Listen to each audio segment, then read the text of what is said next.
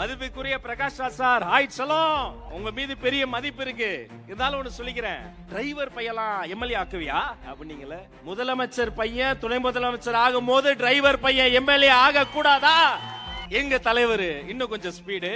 வெறும் எம்எல்ஏ எல்லாம் கிடையாது, சட்டமன்றத்தின் கொறடாவே என் தம்பி சபரிதான். தமிழ் தாய் வாழ்த்துக்கு இம்பார்ட்டன்ஸ் தரல. அந்த இடத்துல இருந்தவனா இவர் சொன்னார், கிரீன் ரூம்ல அந்த அதிகாரிகளை கூப்பிட்டு சொன்னார், முதல்ல தமிழ் தாய் வாழ்த்து தான் பாடணும் சொன்னது மாண்புமிகு அமைச்சர் ஆதவ் அர்ஜுனா. நான் சாட்சி. நான் நிக்கிறேன், எழுந்து அப்படி அட்டென்ஷன்ல நிக்கிறேன்.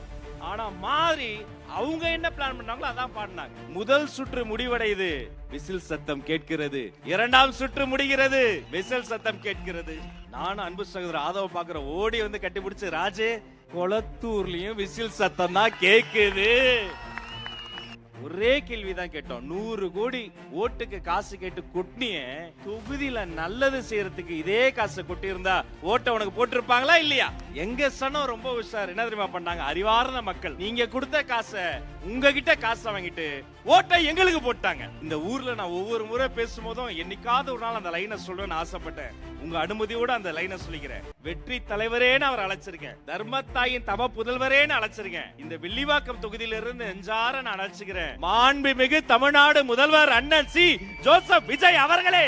ஆச்சி மசாலா, எந்த சமையலும் ருசி தேடும் ரகசியம். 20 ரூபாய். பனீர் 65.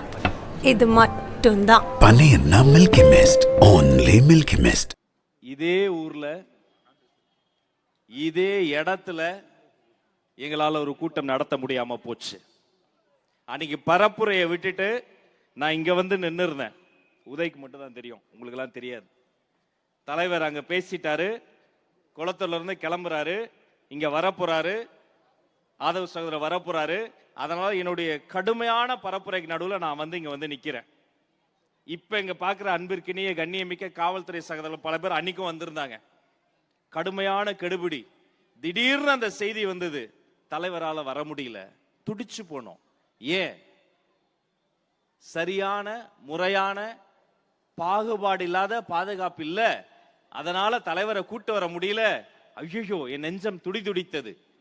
என் அன்பு சகோதரன் உயிரை பணயம் வைத்து இந்த தொகுதியில் நிற்கிறாரே, என்னாகுமோ ஏதாகுமோன்னு நான் துடித்துக் கொண்டிருந்தேன். அதே இடத்துல மாண்புமிகு அமைச்சராக ஆதவ் அர்ஜுனா நின்று கொண்டிருக்கிறார். அவரை வணங்குகிறேன். இதெல்லாம் எப்படி சாத்தியம்? எப்படி தெரியுமா சாத்தியம்? முதல்ல யாருக்கு தெரியுமா நாங்க நன்றி சொல்லணும்? வில்லிவாக்கத்துல இவருக்காக நான் இப்போ ஓடி வருவேன், கடமைப்பட்டிருக்கிறேன். அவர் எனக்காக வந்து நிற்பார். நாங்கள் சகோதரர்கள்.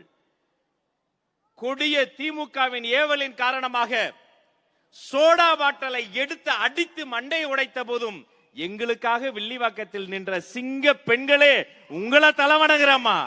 உங்க வெற்றி இந்த வெற்றி. அன்னைக்கு நான் துறைமுகத்துல பேசிக்கிட்டு இருந்தேன், சம்பவத்தை கேட்டு துடிச்சு போனேன். முதல்ல நான் கேட்டது, பாட்டில் எடுத்து வீசிட்டாங்களே, நம்ம பெண்களுக்கு அடிபட்டுருச்சு, அவங்கள மருத்துவமனை கூட்டு போனாலும் கூட்டு போயிட்டாங்க. சரி, கூட்டம் கலைஞ்சிருக்கவே என்னாச்சு? அப்ப சொன்னாங்க, ஆதவ் சார் பேச போறாரு, வந்து அடிப்பட்ட அந்த ஒரு பெண்ணை தவிர ஒரு சிங்க பெண் கூட எழுந்து போகவில்லை, அப்படியே நிக்கிறாங்க, நான் வாங்கடான்னு சொன்னாங்க. அதுதான் இந்த தொகுதி மக்கள். நெஞ்ச நிறைஞ்சிருக்குமா? என்ன சொல்றது, எதை விடுறது? கவுண்டிங் டே அன்னைக்கு இந்த மனுஷன் ஆதவ் சார் பண்ண விஷயம் இருக்கு. எங்கெல்லாம் ஒரே தொகுதி, லயோலா கல்லூரியில ஒரு பக்கம் எழும்பூர், பக்கத்திலேயே நம்ம தொகுதி, இன்னொரு பக்கம் நம்ம தலைவர் தொகுதி பெரம்பூர், இன்னொரு பக்கம் கொளத்தூர். கவுண்டிங் போயிட்டே இருக்கு. காலையிலே போயிட்டோம், திக்கு திக்குன்னு இருக்கு. முதல் சுற்று முடிவடையுது, விசில் சத்தம் கேட்கிறது. இரண்டாம் சுற்று முடிகிறது, விசில் சத்தம் கேட்கிறது. மூன்றாம் சுத்துல அப்படி வெளியில வரோம். நானும் அன்பு சகோதரர் ஆதவ பாக்குற ஓடி வந்து கட்டி பிடிச்சு, ராஜே நாம தான் லீடிங் அப்படின்னு சொல்றாரு. சந்தோஷம், என் கண்ணெல்லாம் கலங்குது. அப்ப அந்த மனுஷன் தான் முதல்ல சொன்னார், இன்னொன்னு தெரியுமா, கொளத்தூர்லயும் விசில் சத்தம் தான் கேக்குது. வில்லிவாக்கத்தில் நீங்கள் அடித்த விசில் சத்தம் எழும்பூரை தொட்டு கொளத்தூரில் தொடர்ந்து அந்த நாள் என்னால மறக்கவே முடியாது. விடிய விடிய தூக்கம் இல்லாம என்ன நடக்குமோ ஏது நடக்குமோ என்னென்ன சொன்னீங்க.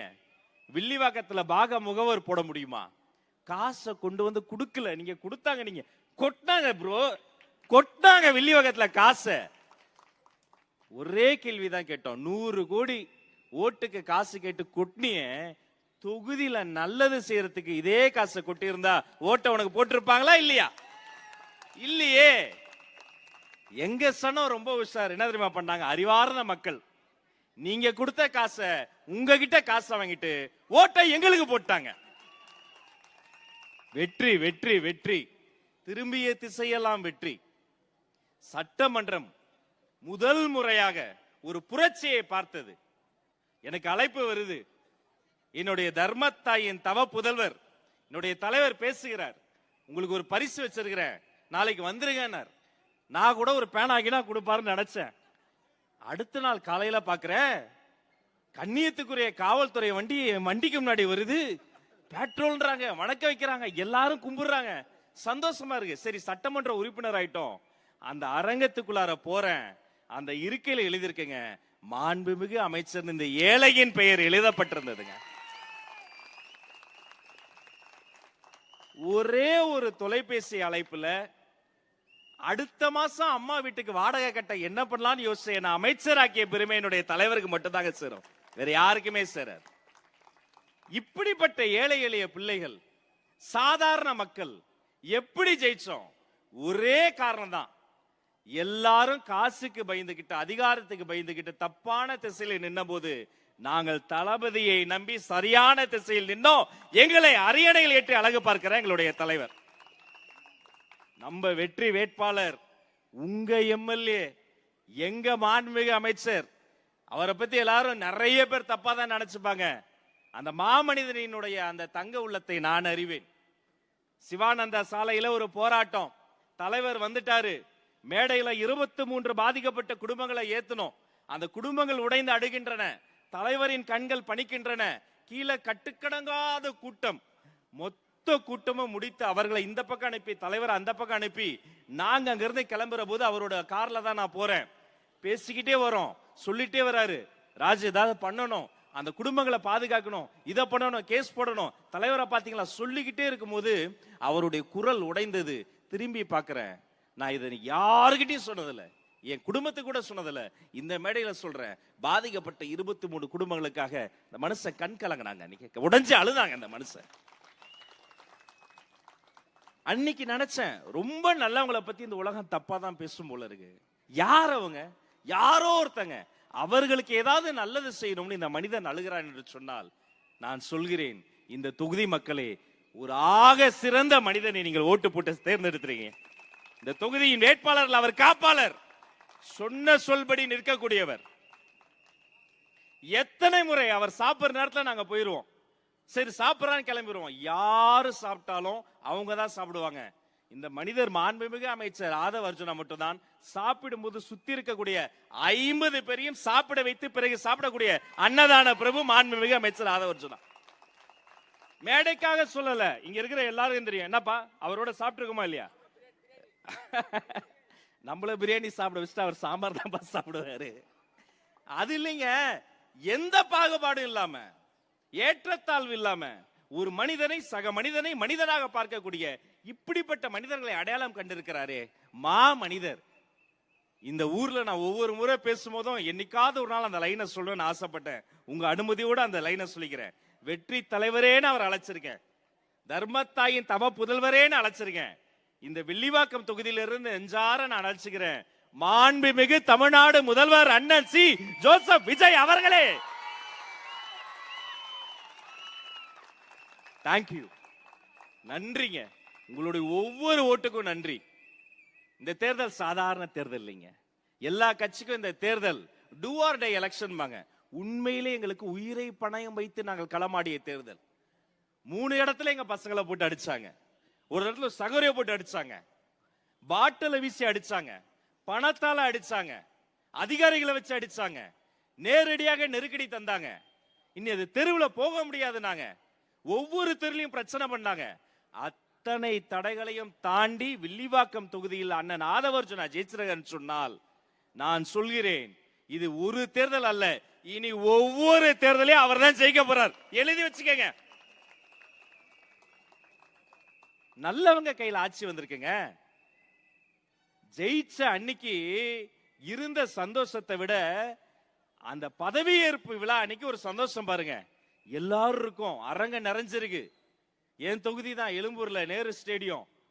அந்த அரங்கத்துல மதிப்பிற்குரிய தலைவர் ராகுல் காந்தி அவர்களும் நம்முடைய மாண்புமிகு முதல்வர் அண்ணன் சி ஜோசப் விஜய் அவர்களும் சேர்ந்து நடந்து வந்ததை பார்க்கிற போது அடே அப்பா, எப்படிப்பட்ட தலைவர்கள்.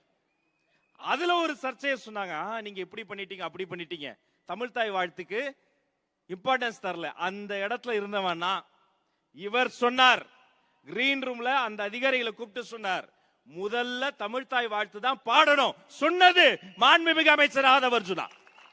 நான் சாட்சி.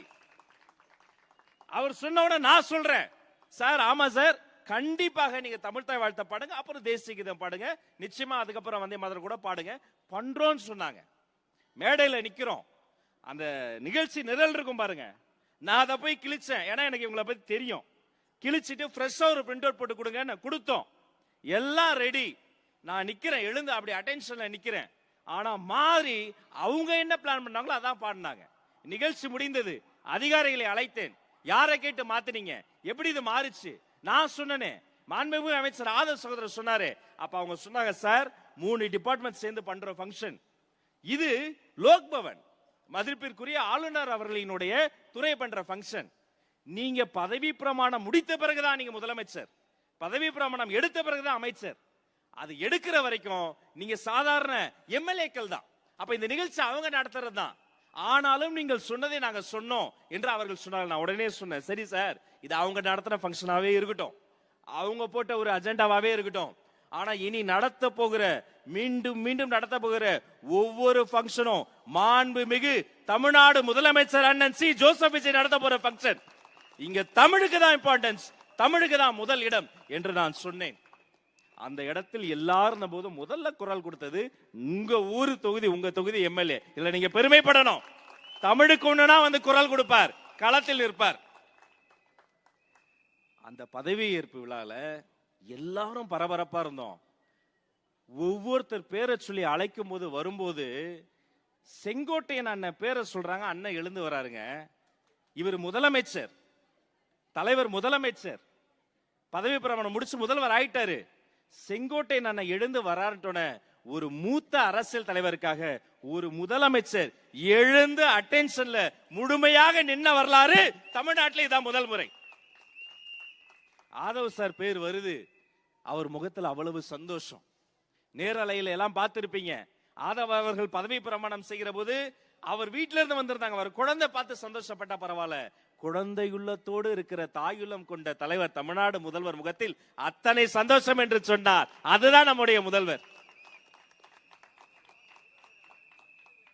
பாச குடும்பம் இது. பொதுச் செயலாளர் அந்த இடத்துல பேரை சொல்லும் போதும், சட்டமன்றத்தை கையெழுத்து போடும்போது கூட தலைவர் அப்படி பாப்பார், முதல்வர் ஒரு அடி பாப்பாரு. முதல்வர் நீ நடத்துனா அப்படிம்பாரு.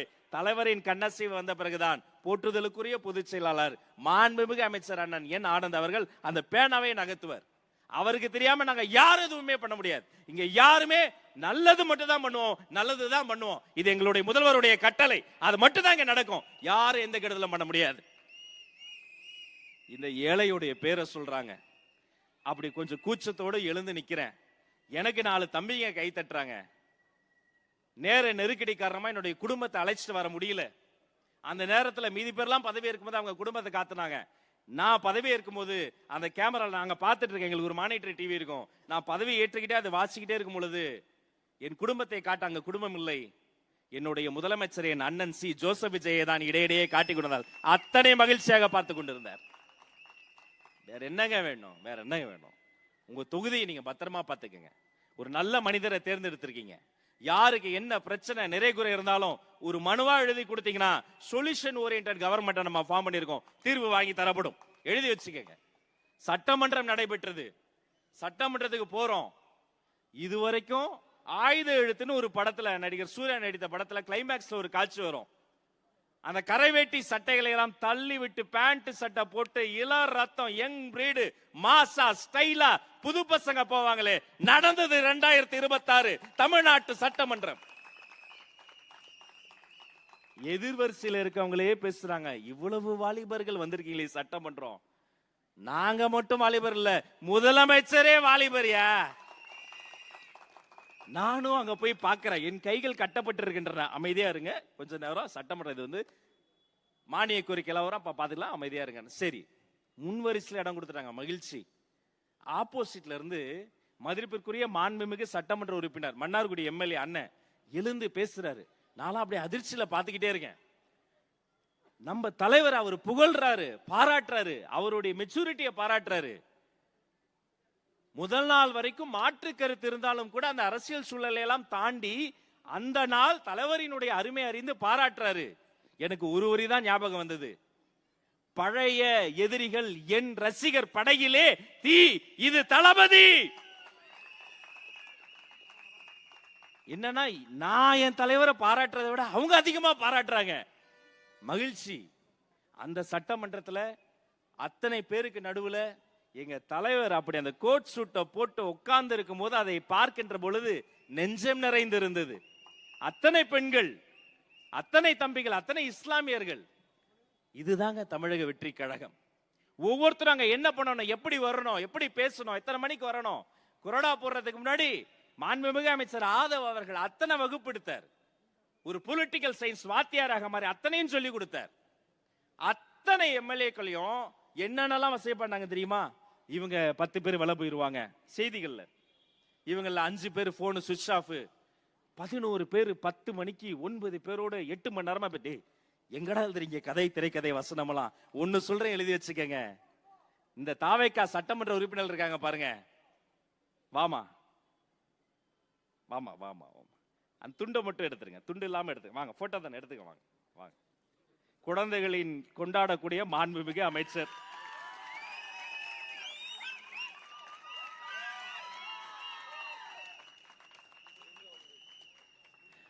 நான் ஒன்னே ஒண்ணு சொல்லிக்கிறேன், இந்த தலைமுறையை பார்க்கும் போது இன்னும் 2 எலெக்ஷன்ல ஓட்டு போட போறாங்க. எனக்கு தெரிஞ்சு கண்டு கட்டிய தூரம் தமிழக வெற்றி கழகம் தான் ஒவ்வொரு தேர்தலையும் வாகை சூட போகிறது.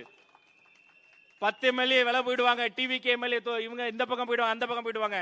எழுதி வச்சுக்கோங்க, ஒரு மேசைக்கு மேல 1 கோடி ரூபாய் படம் வச்சு பக்கத்து ரூம்ல தளபதி உங்களுக்காக காத்திருக்காருன்னா 1 கோடி ரூபாய் லெப்ட் ஹேண்ட்ல தட்டி விட்டு தளபதி கூப்பிட்ட குரலுக்கு ஓடக்கூடிய கூட்டம் டிவிகே கூட்டம். பணம்லாம் எங்களுக்கு ஒரு பொருட்டே இல்லைங்க. ஓட்டுக்கு காசு கொடுக்கல, பெருமையா சொன்னார் நம்முடைய அமைச்சர்.